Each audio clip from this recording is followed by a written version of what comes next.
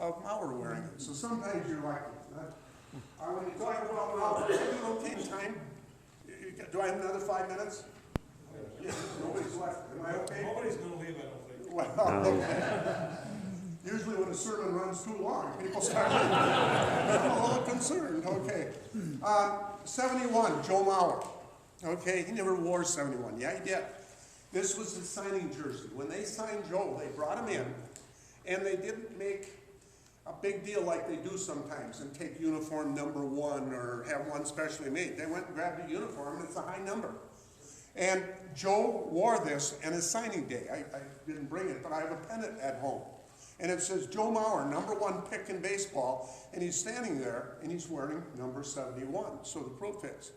I used to wear this when I was Clyde the Collector, and my kids would all wear it to games because if it's all you got to wear it. And so a drunk 3-4 rows behind me yelled about the 4th inning. He never wore 71. Well, I went up to go to the bathroom or something, and I went by, and I said, yeah, he actually did. And he said, I'll bet you $100. And I said, okay, because I know I won. He said, you got $100? And I said, I don't need $100. I need proof. So I just went up to the concession stand and brought the pennant. And after I went to the bathroom, I came back and I said, see the number? See this? Yeah. What's he wearing in the pennant? Well, I'll be darned. And he rattled off 520s. And he said, that's the easiest 100 you'll ever make. And I said, well, I gave him the pennant. I said, actually, I only made 89. I said, you can have the pennant. Next time you're going to bet, check your facts out. And then I ran. But that's Joe Mauer's first jersey. I understand a number of years ago, Harmon's wife Elaine spoke at this church and gave a talk. Now this was her baseball uniform in the husband-wife game at Met Stadium. So they would actually take their husband's uniform and cut them down and make it, and this is her socks and the shorts that the wives wore and everything else is in there.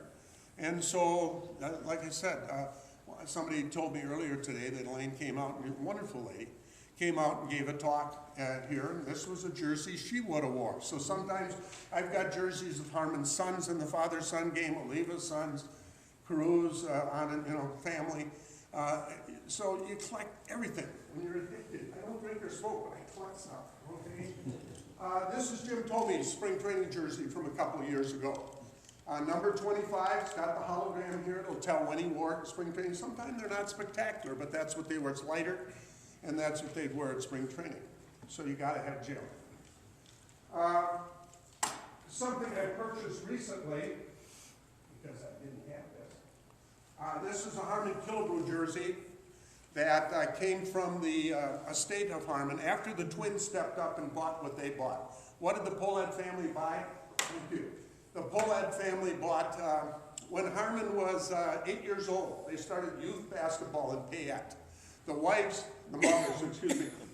had to make the uniform. So his mother cut down one of his dad's t-shirts and dyed it the proper town color, yellow, and then picked her favorite number 3.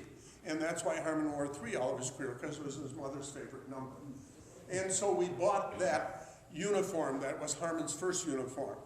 We bought Harmon's first home run ball and his first known autograph. When he was 15 years old, he hit a ball 420 feet in Yakima, Washington. And he was a collector, and he wrote on there, my first home run, Yakima, Washington. You know, the date, 1952, and so forth. And the family, the Pohlad family, the twins, we bought that. He was a high school All-American in football. A group out of Texas picked the 50 best high school football players in the United States.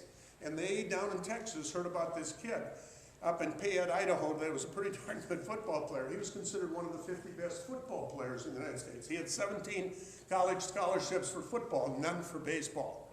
So he was very gifted. He always said with his size and the way he got hurt a lot, it's a good thing he didn't pick football. And he stuck with, we got his Hall of Fame plaque. We got his Hall of Fame induction ring. We got his MVP plaque. The family really, really steps up in times like that. And Harmon knew that that was his wife's retirement if he died first.